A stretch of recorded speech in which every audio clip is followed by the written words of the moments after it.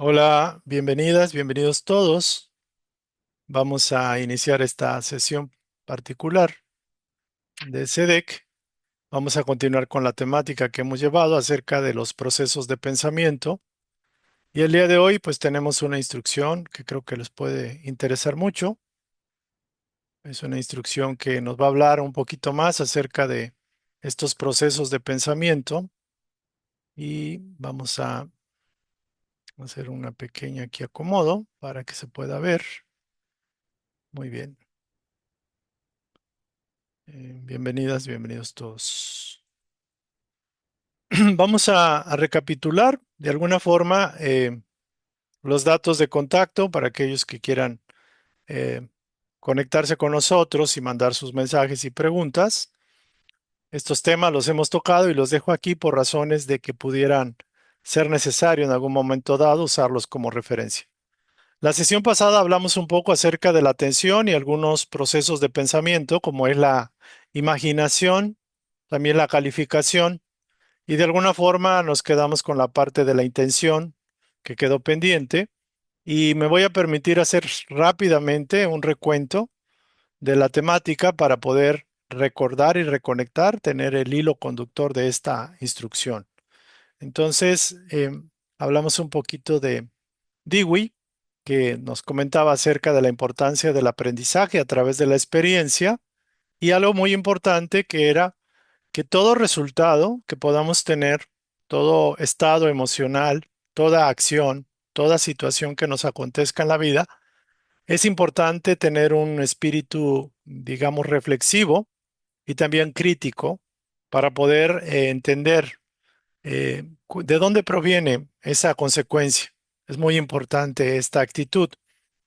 Dice que el resultado requiere un pensamiento reflexivo, que hay que poner orden a todo el cúmulo de ideas que traemos, que tenemos, y tratar de aprender a ser sabios. Eso es, creo, lo más importante. Entonces veíamos que el proceso de atención es el inicio de los procesos de pensamiento. De hecho, la atención define nuestro libre albedrío y también define para dónde queremos direccionar la energía. Aquello que nos llama la atención nos atrae y nos absorbe de alguna forma. De alguna forma nos roba energía, pero también nos llama la atención por alguna razón que está dentro de nosotros, como una resonancia, como un eco. Algunas personas les llama la atención una cosa, otros otra.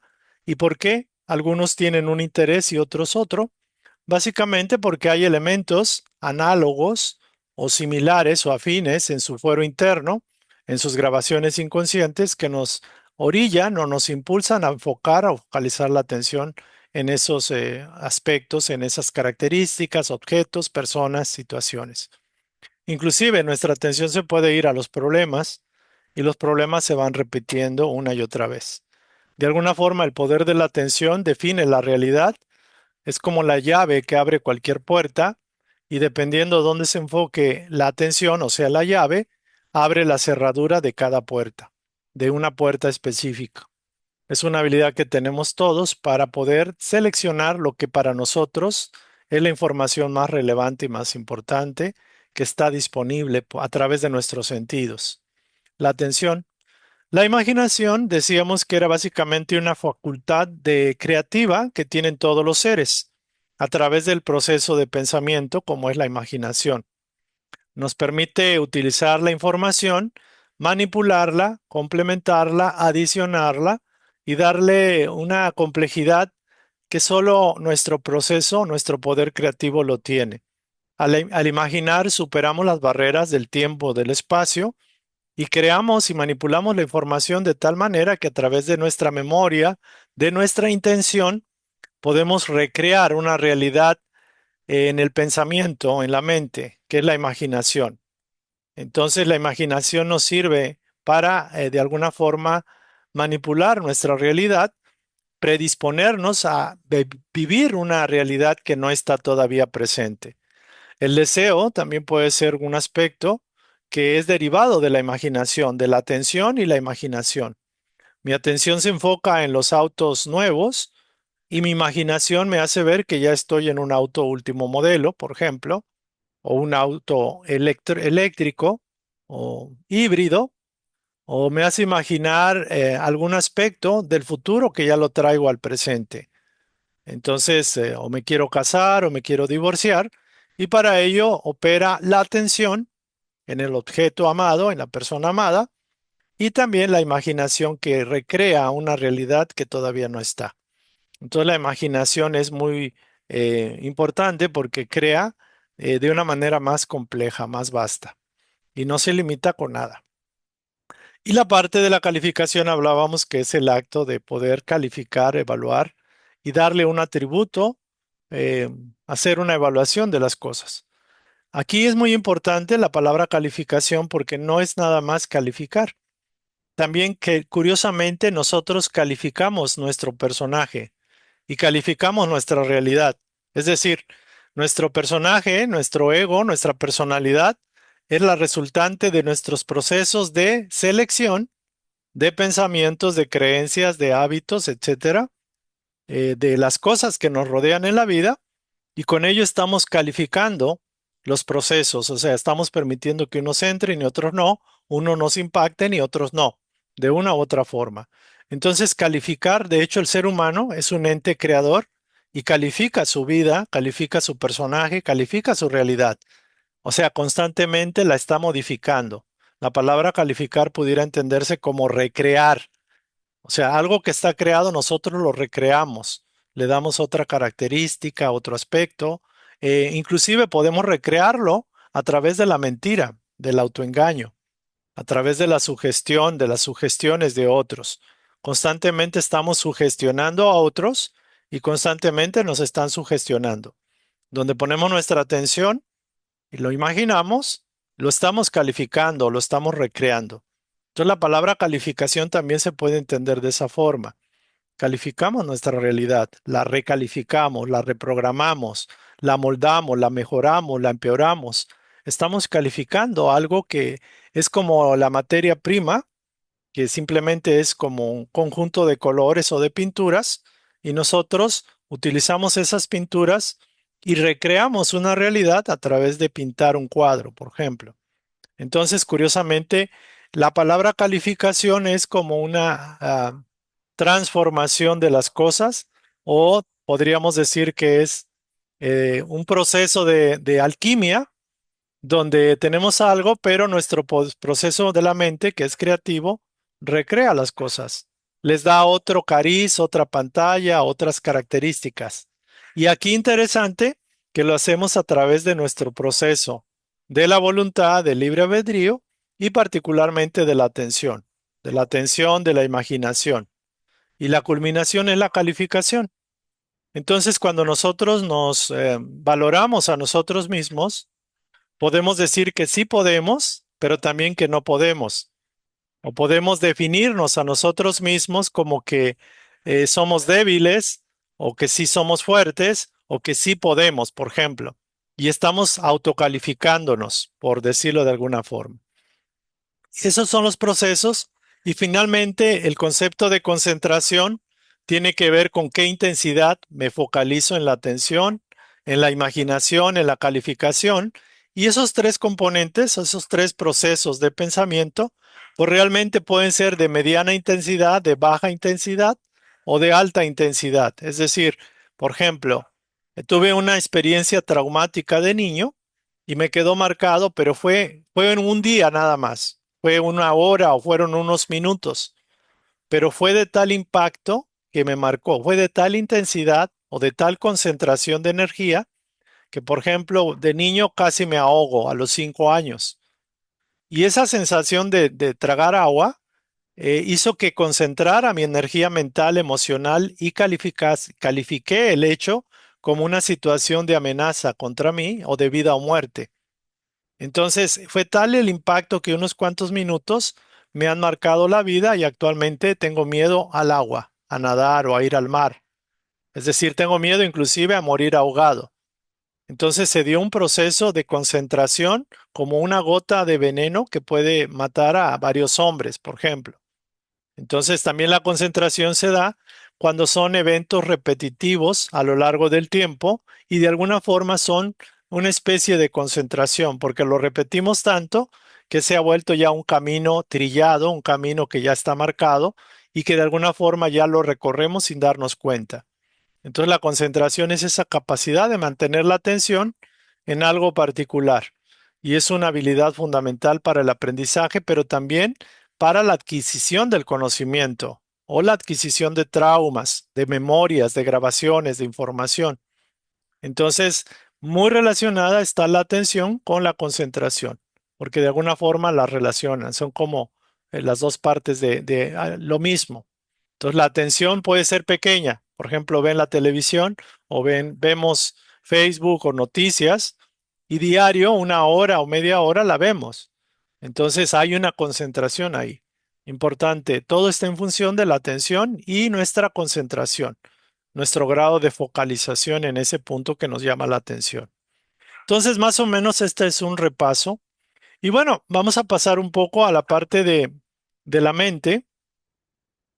La mente como tal, la mente humana, es como un motor, es un motor creativo. Y todos los pensamientos tienen una frecuencia y son como paquetes de energía.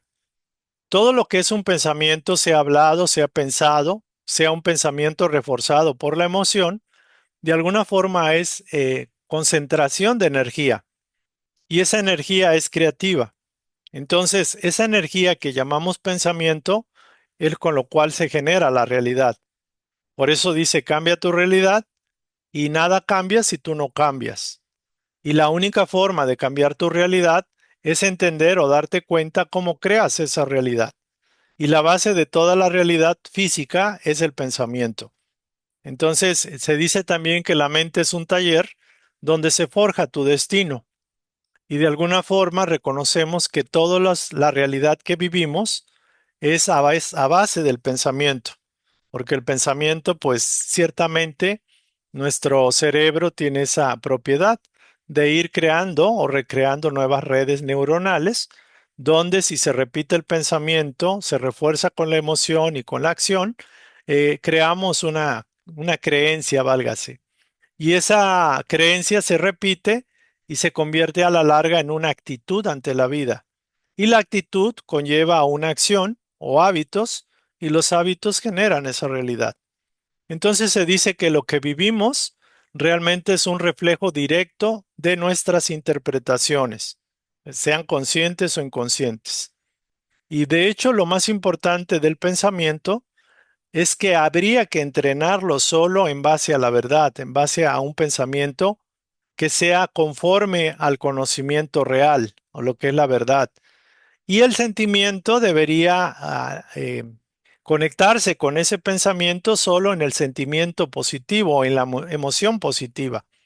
Pero de hecho no pasa así porque el pensamiento muchas veces es falso, la creencia es falsa y la emoción y el sentimiento son emociones, sentimientos destructivos, negativos. Entonces es muy importante tener la capacidad de elegir los patrones mentales y no hacerlo de manera inconsciente, que es lo que normalmente hacemos. Y esto se logra a través de procesos de repetición, de reenfoque de la atención, de enfocarse en la meditación para hacer un cambio, pero primero tenemos que vernos tal como somos, es decir, revelar el inconsciente, lo que nos mueve de manera inconsciente. Debemos recordar que donde nos ponemos la atención, eso va a crecer. Entonces aquí tenemos esta otra imagen en el lado izquierdo, donde estamos haciendo como una iluminación del proceso inconsciente o subconsciente. Este subconsciente están pensamientos, están recuerdos, también están procesos mentales. Y esto es tan fuerte que el 95% de nuestra vida, de nuestros hábitos, decisiones y emociones y comportamientos dependen del subconsciente. Pero el subconsciente se fue creando a través de nuestra atención consciente, de nuestra imaginación, de nuestros deseos, de nuestra calificación. Y se fueron creando esos programas inconscientes que ahora son los que dominan. Ahora, si esos programas, por la razón que sea, no nos convienen, tendríamos que empezar a observarlos partiendo de los efectos de la realidad. Es decir, en el mundo que vivimos, si tenemos pareja, si no tenemos, si trabajamos pero no ganamos, si trabajamos mucho y no ganamos nada, o si ganamos mucho y no trabajamos tanto, si tenemos lo que buscamos o si no lo tenemos, si nosotros nos bloqueamos o nos alentamos, si caemos en victimismo o creemos que podemos, todos son creencias y son hábitos, son patrones que ya tenemos como una costumbre, pero ha sido a lo largo de los tiempos, a lo largo de las vidas pasadas y sobre todo de esta vida. Curiosamente tenemos el poder de reprogramación. Pero la reprogramación empieza con la autoobservación, que es a través de la meditación, y de alguna forma ese sería el camino para conocernos y empezar digamos, desmantelar programas inconscientes, viendo los efectos conscientes o los efectos externos en la vida diaria. Entonces, aquí sí, ustedes ven, hay tres características: atención, imaginación y calificación. Y esto yo lo resumo como actitud, porque la actitud nos conlleva una atención enfocada en tal o cual cosas. La actitud también es la imaginación que la usamos para fortalecer un enfoque particular o un deseo. Y la calificación es la actitud que tenemos ante la vida que normalmente usamos. Puede ser una actitud paciente o impaciente, una actitud benevolente o malvada, puede ser una actitud de compasión, de comprensión, de tolerancia, de paciencia, o puede ser todo lo contrario.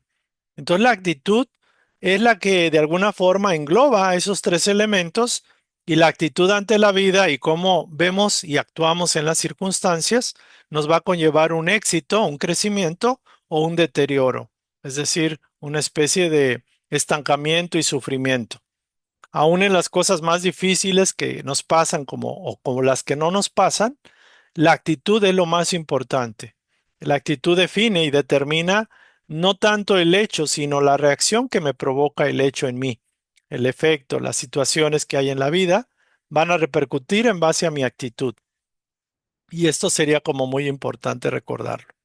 Entonces, curiosamente, en el proceso del subconsciente, que quede muy claro, es una herramienta muy potente, y el subconsciente va a responder al consciente únicamente a través de las repeticiones, sean de los decretos, de las afirmaciones, de los sentimientos o de la forma en que nosotros tratamos de percibir la realidad.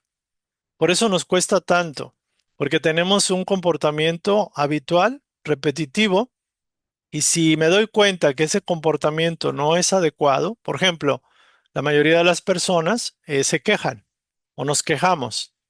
De las personas que yo trato, casi el 90% tienen un denominador común, que normalmente están en una actitud victimista. Es decir, cuando me hablan, y no por criticarlas, me hablan de que los demás y la vida o Dios o el entorno es muy hostil con ellos y ellos son víctimas. Ellos se sienten como que los atacan, son débiles o son injustamente tratados. Y eso es una actitud que conlleva una forma de enfoque, conlleva una atención, una imaginación, una calificación, una descalificación de ellos mismos y una mala calificación con respecto a las demás personas o las situaciones en la vida. Y eso es repetir, repetir, repetir. Y con eso se conforma esa faceta en el subconsciente de que la verdad es que soy víctima. Es interesante el caso. Entonces, en los procesos del subconsciente, las repeticiones del tipo que sea, habladas, mentales o lo que me digo a mí mismo, muchas veces sin darme cuenta. Dice, así es como puedes convertirte en sobrehumano en el sentido de superar el nivel común del ser humano, que es un nivel automático, automatizado, dormido, por ejemplo. Entonces, esto es muy importante, muy interesante. ¿Cómo cambiar mis programas inconscientes haciéndolos conscientes? ¿Y cómo los hago conscientes? Pues simplemente basta ver qué vida llevo y cómo actúo y reacciono ante los hechos de mi vida, ante las personas que me rodean.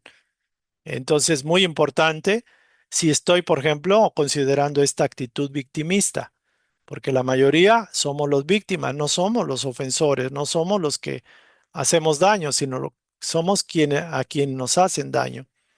Entonces, muy importante este punto. Voy a continuar.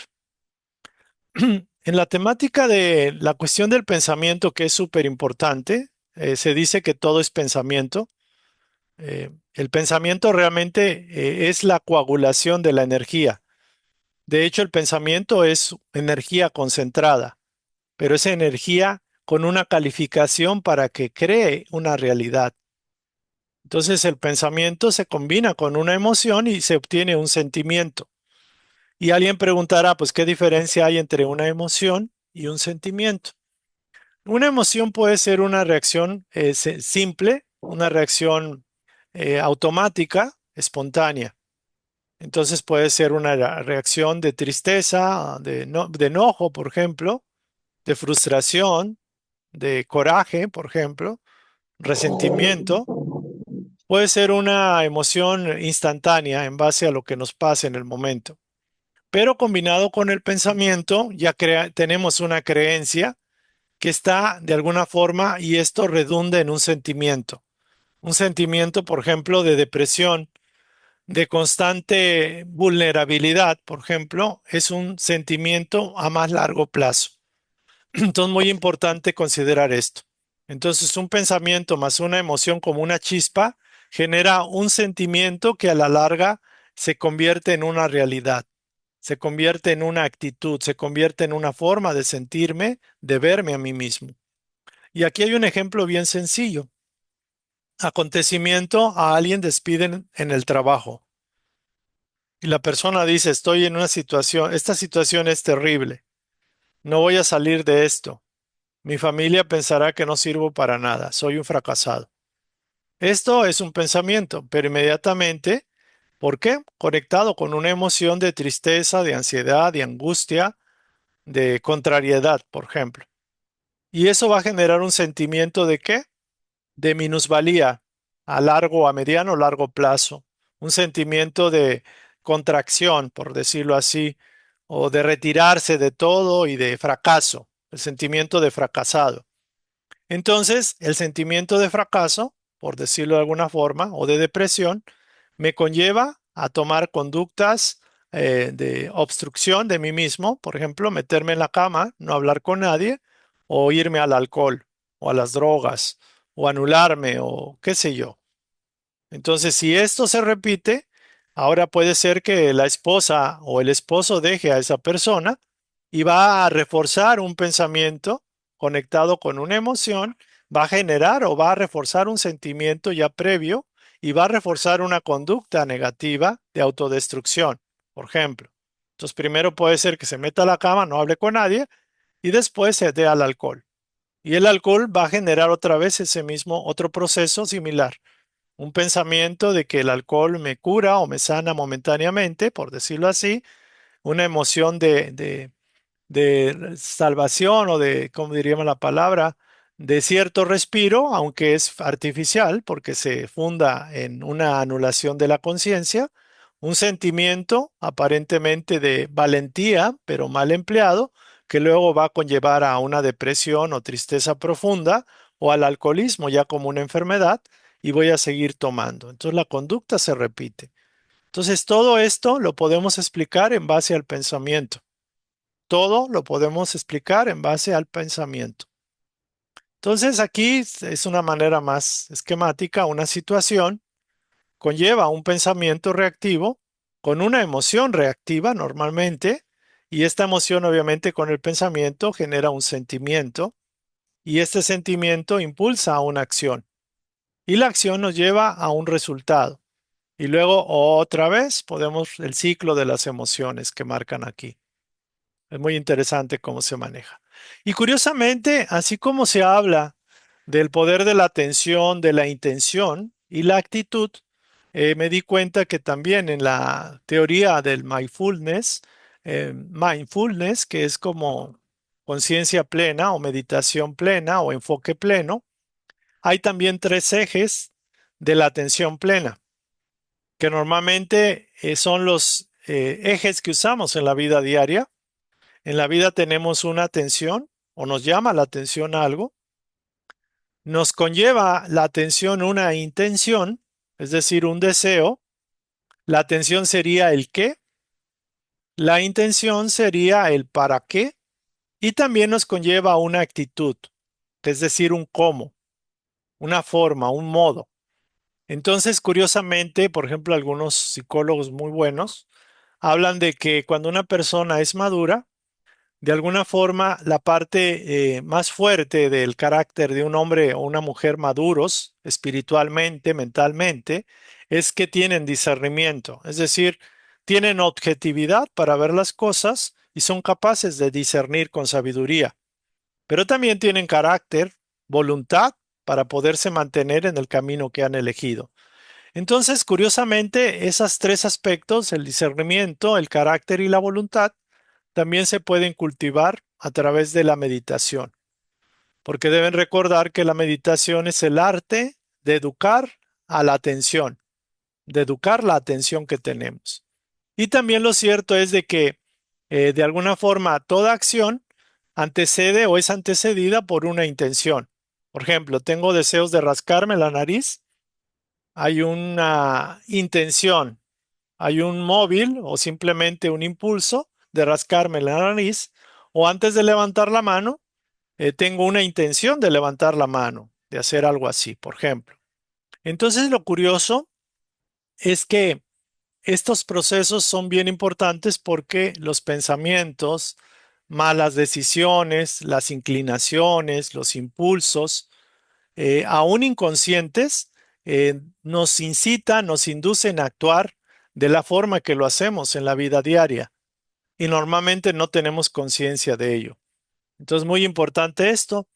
Y la pregunta interesante sería, ¿por qué es importante elegir la atención, donde educar la atención, disciplinar la atención, pero también por qué es tan importante elegir una intención? Es decir, la atención es el qué. ¿Por qué es importante enfocarlo aquí, allá, en este asunto, en esta prioridad, en esta tarea, en este ideal de la vida? ¿Por qué es tan importante? Es importante porque es para qué estoy viviendo, o sea, y es el qué. Y el para qué sería propiamente la intención. O sea, ¿para qué estoy poniendo mi atención en eso? ¿A dónde quiero llegar con poner mi atención en tal o cual cosa? Entonces, ¿por qué? ¿Por qué? Y para qué. O sea, el qué y el para qué. Y el para qué es importante porque realmente nuestro tiempo, aunque somos espíritus eternos, pues nuestro tiempo está limitado. Y es mejor definir qué ideales quiero plasmar, qué para mí es importante, para dónde quiero ir, porque el tiempo propiamente se acaba, se va. Normalmente llegamos a los 50, 60, 70 años y quizás muchos no nos dimos cuenta que pasaron 5, 6, 7 décadas y que esas se pasaron bien rápido. Entonces, normalmente la madurez que tenemos ya cuando somos adultos o adultos mayores, podemos decir, híjole, ojalá nos dieran 20 años para poder replantear mis metas, pero ustedes saben que el tiempo no perdona. Y lo cierto es eso, que de alguna forma la mayoría de los seres humanos no tienen esta información, esta conciencia, y estamos como ardillas girando, haciendo el trabajo, y a lo mejor es un trabajo que no nos gustó, o nos quedamos casados con alguien y no somos empáticos, y de alguna forma, por la razón que sea, dejamos pasar el tiempo. O simplemente ahora, o ya en la edad adulta, podemos arrepentirnos de cosas que debimos o pudimos haber hecho en tiempos pasados. Lo más importante de esto es que esto nos permite recordar la meditación, por ejemplo, nos permite tener una capacidad de observación más alta, poniendo la atención en el interno, una intención de reconectar con nuestro verdadero objetivo, propósito en la vida, y la actitud que sería el cómo, sería como cuáles serían las formas o el camino, o en qué camino quiero yo recorrer. Y por eso es muy importante esto. La atención, cómo está mi intención, en qué se enfoca. La intención, porque siempre toda acción conlleva una intención, así sea muy sutil, pero toda acción tiene una intención de trasfondo. Y la actitud, que sería la forma, el cómo, el modo. Y bueno, aquí se resume en esto, que normalmente los valores, el valor el faro del ideal o de los ideales, serían básicamente los valores que nosotros priorizamos en nuestra vida, como lo más importante, las motivaciones del alma. Esto sería como lo más importante.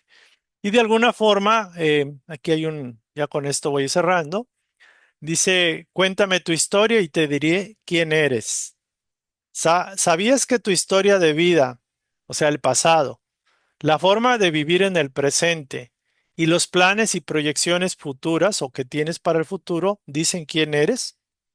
Cuéntame tu historia y te diré quién eres. Y esto sería un ejercicio muy sencillo, que ustedes pudieran escribir su historia, cómo se ven en el pasado, cómo estamos viviendo en el presente y cuáles son las proyecciones que tienen para el futuro.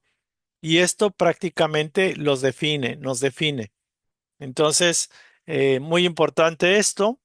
Yo diría, les dejo una sugerencia, un tip personal, el número uno que les pongo aquí.